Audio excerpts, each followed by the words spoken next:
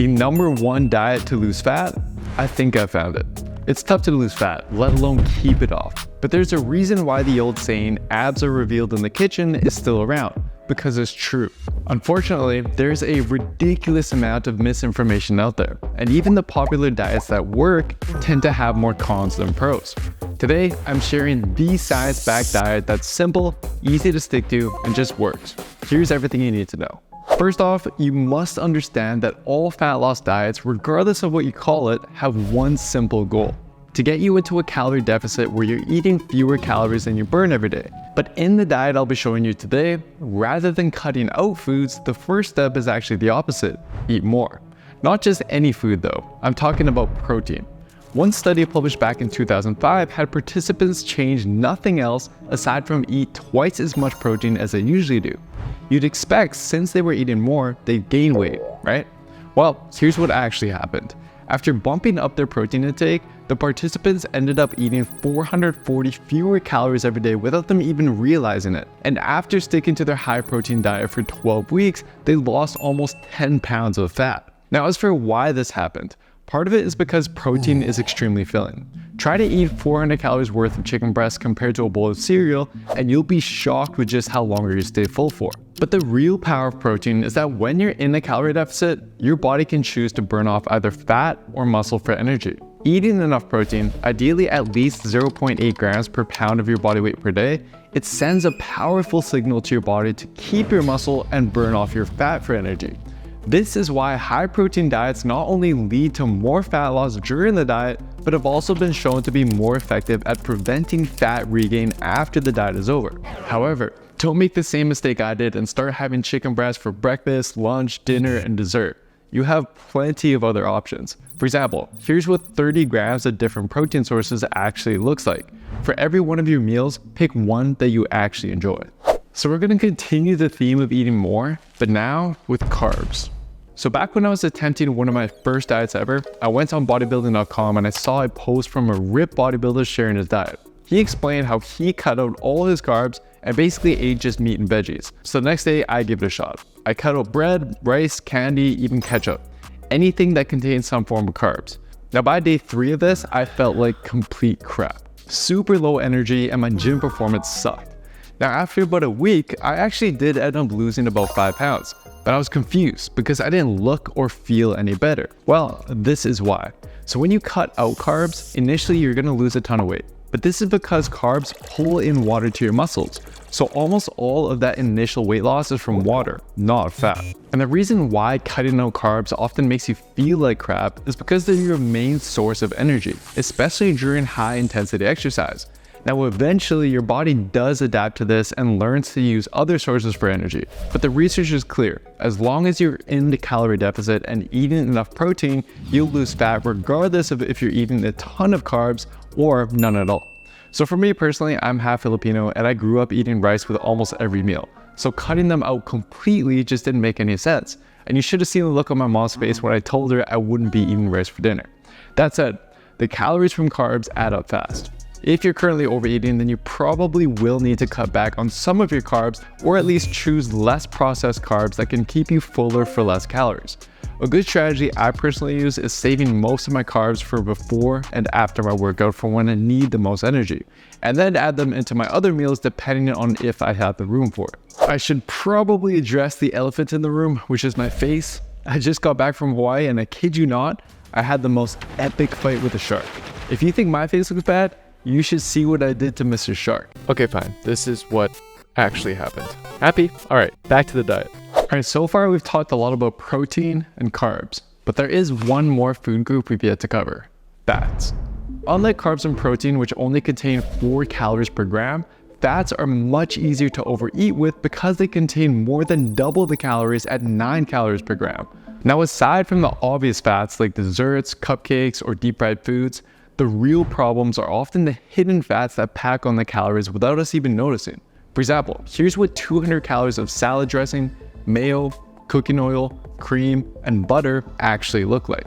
I could easily scoop out a couple spoonfuls of peanut butter when I'm feeling a bit peckish, and that could completely throw off my calorie intake for the day. But just like with carbs, you shouldn't completely cut out your fats. Just have them in moderation, or try to make swaps like using skim milk instead of full cream, spray oil instead of cooking oil, choosing less fatty cuts of meats, or using a lower calorie salad dressing. That said, there are some high fat foods that I personally can't live without. Comment below what yours are, but for me, it's donuts. We have amazing donut recipes in our Built with Science cookbook, but still, sometimes you just need the real thing. You don't need to completely cut out anything from your diet. There's ways to make them fit in moderation. So you need to include lots of protein as well as some carbs and fats into your diet. But how do you go about actually applying this into your meals? Well, let's start off with what not to do. This 2021 study had subjects follow a strict meal plan that I'll put a screenshot of here. The goal was to put them in a calorie deficit, and they weren't allowed to substitute any of the foods they were given. After 10 weeks, the results were great. On average, the participants lost about 7 pounds of fat. But here's the catch. As soon as the diet was over, most of them quickly regained the fat they lost. This is because sticking to strict meal plans doesn't actually teach you the proper habits of sustaining fat loss in the long run. That's why I love what's known as the balanced plate concept. Instead of rigidly planning out your meals, most of your meals should look something like this. First, fill a quarter of your plate with a protein source like the ones I showed earlier. Next, to keep you full, fill half of your plate with vegetables and/or fruits. And then lastly, balance out the last quarter of your plate with either carbs and/or fats. And here's some great options from each food category that you can reference to start building your own balanced plates. For example, for breakfast today, I love eggs. So I had a few of them as my main protein source with ketchup, and then some whole grain bread with sugar-free jam as my carbs, and then some fruit on the side. And then for lunch, I'm planning to have a balanced plate of extra lean ground beef, steamed veggies, and a side of hummus. But you can also apply this concept when eating out. I used to be that guy at restaurants, restricting myself to just salads or pretending I wasn't hungry so I could just stick to my strict meal plan. But instead of feeling restricted, just try to build or order a meal that fits within the general idea of having a balanced plate. So far we've talked a lot about food, but now you're probably wondering, are there any supplements you can take to shortcut the process? I'm sure you've seen your fair share of supplement ads of ripped guys and girls making all kinds of crazy promises. Simply take 2 Inno Shred and 1 shot of Volcan first thing in the morning, and it's like blowtorching your fat. While these companies have mastered the art of using marketing and sales to take advantage of people who don't know any better, their products are honestly a bunch of BS. For example, I personally spent hundreds of dollars on fat burners back in the day. Yet the research is clear, they're basically just glorified caffeine pills that spike your heart rate up a little bit to burn a small amount of extra calories, but doesn't do anything actually meaningful for fat loss. Now, while there are a few legitimate supplements that can help you fill in the gaps from your diet, such as omega-3, vitamin D, and zinc, there is one supplement that's probably the single best fat loss tool you can invest in. Illustrating this power is a study from the British Journal of Nutrition that had a group of subjects first complete a 4-week diet. After the diet, they split the subjects into 2 groups. One group added a 30-gram protein shake into their day, whereas the other group did not. Surprisingly, the protein shake group regained less fat after the diet was over and also maintained a smaller waist circumference. So if you're someone who struggles to eat enough protein every day, then you need to make protein powder your best friend. As for which one is the best, the most regulated, highest quality protein is called Whey isolate. Now, I do sell my own brand of Whey isolate over at builtwithscience.com, which I'll admit is more on the pricey side because of the top quality and the 29 grams of protein you get per scoop. But regardless of if you get it from me or from somewhere else, I highly recommend making the investment. So by now you should have a good idea as to what foods to include in your diet. But one factor most people overlook is how often they eat. I used to think skipping meals was a great idea. If I didn't eat much or just snack lightly throughout the day, I wouldn't be getting many calories in, and that would surely lead to a calorie deficit. But this quickly became a nasty cycle. I'd end up feeling like crap by the end of the day, and as soon as I finally ate something, my stomach would just be a bottomless pit that never got satisfied. Generally, you should avoid ever getting to a point where you're feeling dizzy, have low blood sugar, and want to eat everything in sight. That said, there is a popular diet called intermittent fasting where you don't eat your first meal until usually around 12 p.m. and then don't eat anything past 8 p.m. I've personally used this in the past and it worked really well. Not because it's magic, but because it can make sticking to a calorie deficit easier by fitting all your meals into a smaller time window. But nowadays, I prefer a more regular schedule of eating, with at least 3 to 4 main meals per day spread out by around 3 to 4 hours from each other. And then I'll just add in 1 to 2 snacks or fruit between my meals when I'm the most hungry. Just keep in mind that your body will need time to adjust if you change your eating schedule. But if done properly, you should feel improved and consistent levels of energy throughout your whole day. Now, speaking about when you eat, did you know that where you eat also matters? This study published in 2021 analyzed the food environments of over 1,000 households. It found that one of the strongest predictors of being overweight was eating meals in front of a TV. In addition to this, a few other interesting studies have shown that slowing down your meal by taking more bites, using chopsticks, or eating with smaller utensils all has a powerful effect on reducing hunger and potentially boosting fat loss. I disappointed my Asian mom by never becoming a doctor, but you can imagine just how excited she was when I told her I'd now be eating rice, using her chopsticks, and sitting down at the table for dinner. But remember, you gotta take things in moderation. It's okay to eat popcorn while watching a movie or watch my YouTube videos during the occasional lunch break. It's just not a great habit to eat every single one of your meals in front of a screen. So the strategies I've shared with you so far should help you get into a calorie deficit.